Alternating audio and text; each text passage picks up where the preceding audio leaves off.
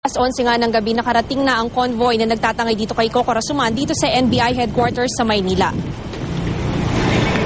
Tatlong sasakyan ng convoy na naghatid kay Jacob Coco Rasuman sa NBI headquarters sa Maynila. Nakasakay siya sa isang puting AUV. Kasunod nito ang isang pulang AUV at isang puting Fiera. Matapos nito, meron pang dalawang sasakyan ang bumuntot sa kanila. Si Rasuman umano ang leader ng Rasuman Group na nasa likod ng large-scale investment scam sa Lanao del Sur.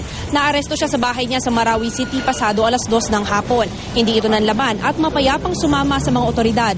Mula sa NBI Region 10 Office sa Cagayan de Oro City, dinala na ito ng convoy ng PNP, Army at NBI sa airport. Bantay sarado si Rasuman sa VIP lounge ng airport at di nakalapit ang media. Dumating siya dito sa Maynila 10:30 ng gabi. Nakatakip pa rin ng itim na tela ang ulo nitong si Rasuman pagdating niya dito sa NBI headquarters.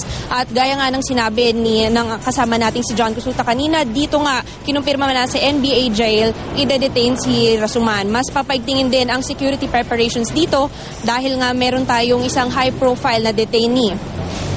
Igan sa ngayon tahimik pa naman dito sa NBI headquarters. Kung nakita nyo sa aking likuran, walang masyadong tao dito sa ating headquarters. Inaasahan natin na dito na rin siya kukuhaan ng fingerprints at sa ngayon nga ay sumasailalim siya sa blood pressure test dahil nga kagaya ng nai-report natin kanina, bago siya umalis ng Cagayan de Oro City, tumaas ang kanyang BP. At yan muna ang latest mula dito sa Maynila. Balik sa'yo, Igan. Maraming salamat, Ma'am Gonzales.